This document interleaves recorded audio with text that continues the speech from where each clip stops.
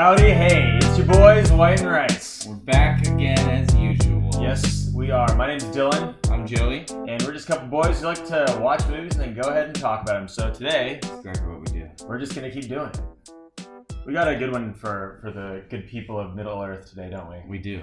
We saw The Gentleman. Oh, it's good. New Guy Ritchie good. film.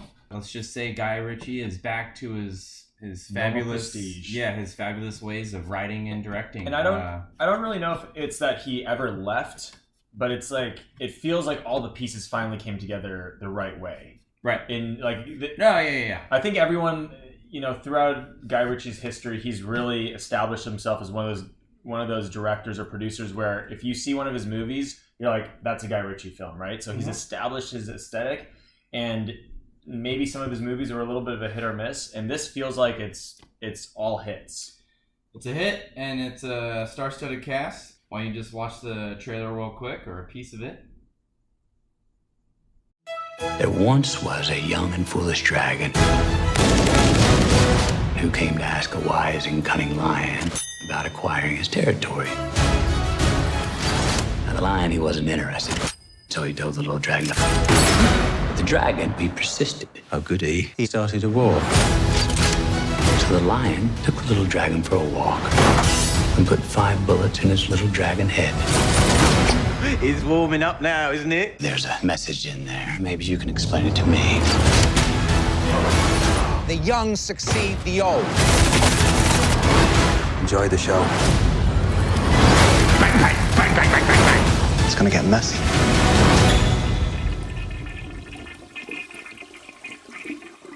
I forgot to wash my hands. There's only one rule in this jungle. When the lion's hungry, he eats.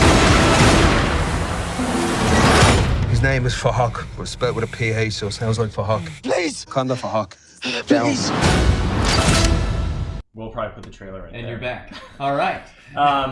Yeah, so when in that trailer, there's not really, they don't give anything away. I have no idea. There's no possible way to give anything away in a Guy Ritchie film because there's so many characters and so many pieces to the puzzle that you're not gonna be able to figure that out. Yeah, so I mean, essentially the movie is just this.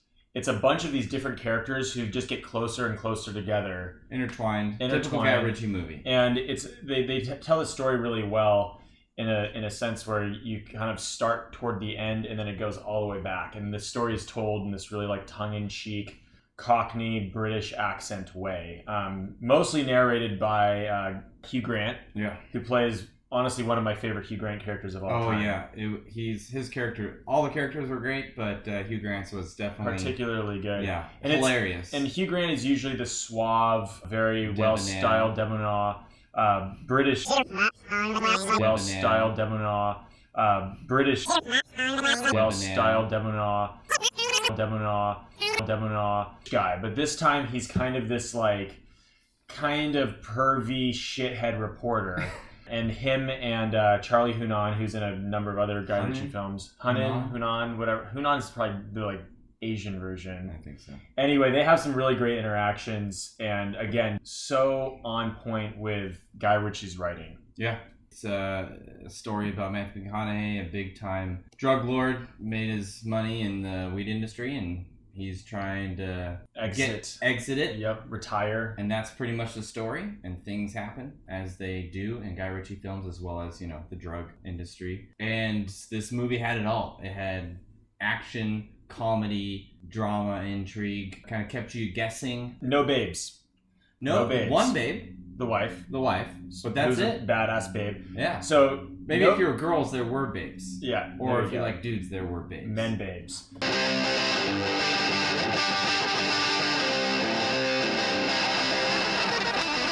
two look like you need to get wet.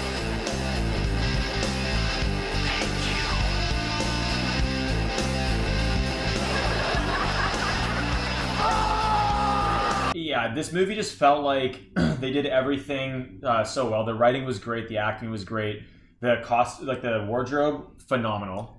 I wanted to dress up for this, but I think my wardrobe lacks the wardrobe necessary. My favorite part of the wardrobe is Colin Farrell is like a boxing coach. Oh god! So him and his crew of like young boxers are always head to toe matching jumpsuits, which is also very British. And not only were they just matching jumpsuits, but they're all plaid.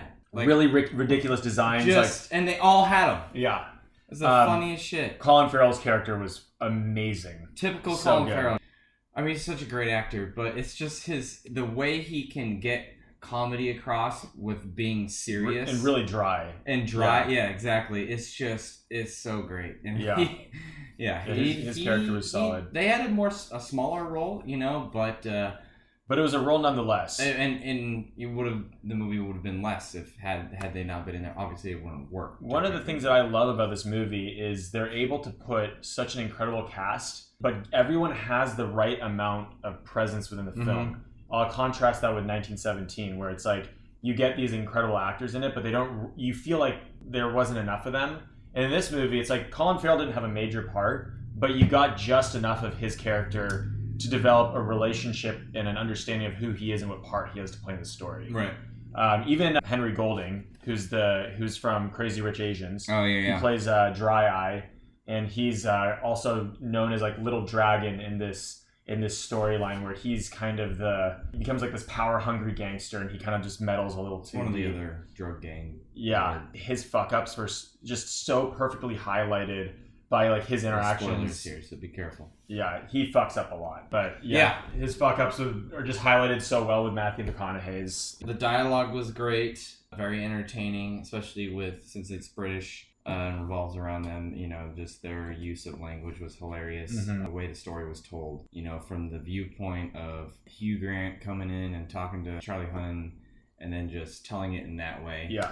But then still having little comedic stretches in there, like you said. Yeah. Spoilers, when Dry Eyes came to talk to McConaughey, and then McConaughey shoots him in the dick, and then shoots the other guy. And total badass scene. He's like, what did he say? Oh, anyway, yeah. But then they reverse it, and either way, and they're both badass scenes too.